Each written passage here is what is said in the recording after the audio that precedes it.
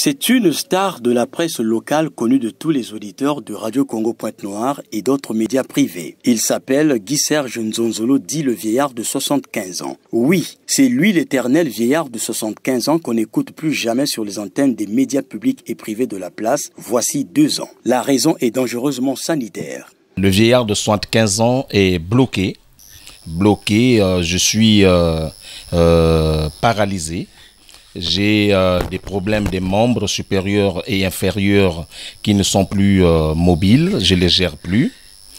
Et au moment où nous parlons, j'ai aussi perdu 96, sinon 98% de ma vue.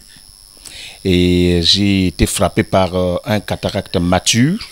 Et voilà, et donc ça fait 2 ans et demi aujourd'hui que je suis sur mon grabat en train d'attendre les jours agréables, certainement grâce à la volonté de Dieu. J'étais encore au lycée Karl Marx actuel Victor Augagnor dans les années 87. Donc jour pour jour, ça fait près de 33 ans autour de là que je suis chevalier de la plume et puis que je tiens le micro. En 34 ans de radio, j'ai constaté que notre métier, c'est un métier ingrat. On a besoin de vous lorsqu'on a besoin de vous. Et lorsque vous disparaissez, on ne sait même pas, on ne cherche même pas à savoir là où vous êtes. Et lorsque même vous faites les SOS, ils vous regardent avec, ils reçoivent ça avec, comment dirais-je, avec indifférence parce que vous êtes comme une canne à sucre, on a fini de vous sucer et puis le reste, on crache, quoi. Donc personne, quelques individualités en passant, quelques individualités qui reconnaissent, qui m'ont connu et qui me connaissent, qui m'aiment bien. Le cas de Philomon Malunga, je cite en passant Batalaou, Théodore, Christian Batangou, Serge Sanga, bon, certaines individualités comme ça que je ne peux pas. Ils sont moins d'une dizaine, hein, qui de temps en temps peuvent m'appeler au téléphone, Aubin Luzolo et compagnie, pour venir me porter main forte, pour réduire un peu les bouts de journée.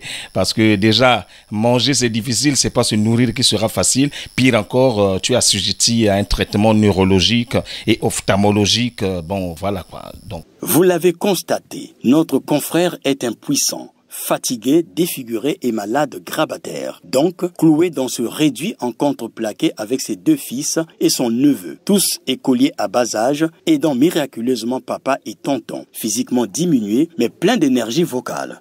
Dieu m'a fait grâce, m'a fait don de 5 enfants. Dont le premier a 27 ans. C'est lui qui a pensé m'amener dans cette maison modeste ici pour me rapprocher de lui afin qu'il prenne mieux soin de moi. Puisque le pauvre, bon, la conjoncture actuelle, il est dans la com comme nous, mais malheureusement, qu'est-ce que vous voulez, c'est difficile. Donc cet enfant-là, le premier-né, est secondé par le deuxième qui me vient en aide, qui m'apporte ce qu'il faut m'apporter. Mais présentement, dans le local dans lequel je me trouve, je ne suis qu'avec 2 bambins, l'un à 11 ans, et l'autre à 7 ans. Ce sont les 2 là qui sont au quotidien avec moi. La preuve, le plus grand en ce moment en déplacement, il n'est pas ici. Douloureux et difficile à supporter ce spectacle vertigineux et honteux d'un chevalier du micro qui a servi laborieusement la nation congolaise depuis 1987. Désolation. L'on se pose 1001 questions. Pourquoi l'homme abandonne-t-il l'homme? Pourquoi l'homme noir aime ou préfère-t-il l'homme noir déjà mort? Dans tous les cas, la rédaction de la RTA-OPH a préféré l'exclusivité à titre anthume et non à titre posthume.